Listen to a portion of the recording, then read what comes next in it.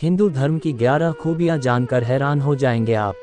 नमस्कार दर्शकों, स्वागत है आपका हमारे YouTube चैनल आध्यात्मिक ज्ञान में।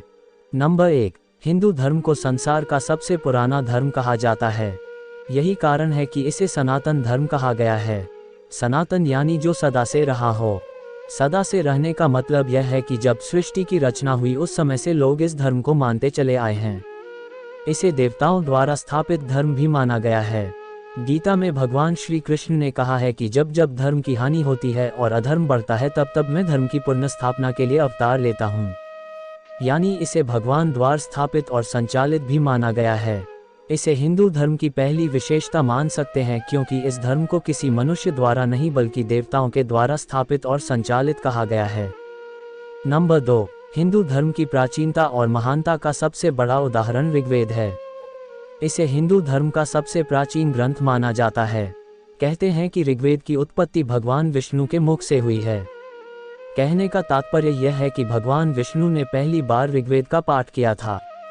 इसके बाद ऋषि मुनियों के द्वारा यह पीढ़ी दर पीढ़ी प्रचारित और प्रसारित होता गया।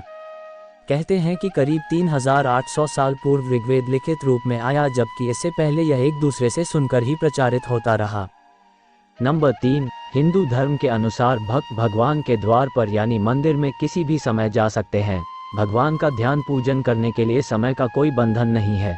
भक्त को जब समय मिले तभी वह अपने आराध्य की उपासना कर सकता है, क्योंकि हिंदू धर्म की मान्यता है कि ईश्वर कण कण में और हर क्षण में हर स्थान पर मौजूद है। नंबर 4, स्त्री पुरुष समानता का भाव जैसा हिंदू धर्म में प्रकट होता है वैसा किसी अन्य धर्म में नहीं है। इसका प्रमाण भगवान शिव का यह अर्धनारीश्वर स्वरूप है, जिसमें शिव के आधे अंग में देवी आदिशक्ति का वास माना गया है। इसी स्वरूप को आधार मानकर हिंदू धर्म में जीवन संगिनी को अर्धांगिनी भी कहा गया है।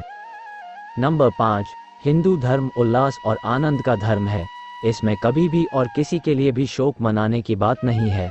यही वजह है कि हिंदू धर्म में राम कृष्ण के जन्मदिवस को उल्लास पूर्वक मनाया जाता है, लेकिन उनके शरीर त्याग की तिथि तक का कहीं जिक्र नहीं मिलता है। कहीं कुछ जिक्र भी है तो गौण है, क्योंकि हिंदू धर्म कहता है कि राम और कृष्ण ने भले ही शरीर त्याग दिए हैं, लेकिन वह सदा सर्वदा हमारे बीच उसी रूप में मौजूद है जिसे हम भक्ति भाव से महसूस कर सकते हैं। यानी हिंदू धर्म में शोक का कहीं कोई स्थान नहीं है। नंबर 6, इस धर्म में अध्यात्म और संन्यास के साथ ही धनार्जन को भी खूब महत्व दिया गया है। यानी ऐसा नहीं है कि आप अध्यात्म के लिए घर द्वार छोड़कर सन्यासी बन जाएं, बल्कि यह धर्म कहता है कि हर चीज का एक समय निर्धारित है। युवावस्था में आप देवी लक्ष्मी और कुबेर को प्रसन्न कीजिए, यानी धर्म पूर्वक खूब धन कमाइए। गरीबी में जीना भी पाप कहा गया है, क्योंकि मनुष्य अभाव में होने पर गलत काम कर सकता है और पाप का भागी हो सकता है। इसलिए कहा गया है कि धन कमाओ और पाप से बचो, लेकिन युवावस्था ढलते ही मोह माया को त्याग कर अध्यात्म और संन्यास की राह पर चल पड़ो। नंबर 7, हिंदू धर्म में चल और अचल दोनों तरह के देवताओं का जिक्र किया गया है। अचल देवता हैं मूर्ति रूप में विराजमान देवता, जिन्हें आप मंदिरों और घरों में पूजा स्थल पर देखते हैं। जबकि चल देवता धरती पर चलने वाला हर जीव जंतु है। यानी हिंदू धर्म में हर जीव को भगवान माना गया है। गीता में इस बात का उल्लेख करते हुए भगवान श्री कृष्ण ने कहा है कि वह हर जीव में आत्मा रूप में विराजमान रहते हैं, इसलिए सभी जीवों में मुझे देखना चाहिए और जो यह रहस्य जान लेता है वह पाप से मुक्त हो जाता है। नंबर 8, हिंदू धर्म ही एकमात्र ऐसा धर्म है जिसमें 33 करोड़ देवी देवताओं का जिक्र किया गया है। अन्य किसी भी धर्म में इतनी बड़ी संख्या में देवी देवताओं का जिक्र नहीं है। नंबर 9, हिंदू धर्म में मृत्यु को भी देवता माना गया है। यमराज को जीवों के प्राणों को हरने वाला और भगवान शिव को संहार और प्रलय करने वाला कहा गया है।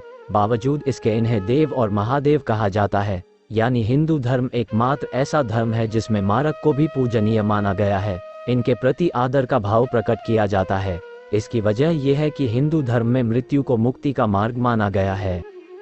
नंबर 10, हिंदू धर्म सभी धर्मों में लचीला भी माना गया है। इसका एक उदाहरण यह है कि इसमें काम भाव को भी महत्व दिया गया है और इसे आवश्यक बताया गया है। यही वजह है कि इस धर्म में काम के देवता कामदेव मौजूद हैं, लेकिन कामुकता को बुरा माना गया है। यही वजह है कि एक तरफ कामदेव को कामातुर दिखाया जाता है तो दूसरी ओर भगवान शिव को उसे भस्म करते हुए दिखाया गया है। यानी सृष्टि संचालन के लिए काम आवश्यक है, लेकिन जब यह अति होने लगे तो इसका अंत होना जरूरी है। जानकारी अच्छी लगी हो तो चैनल को लाइक, कमेंट और सब्सक्राइब करें। धन्यवाद।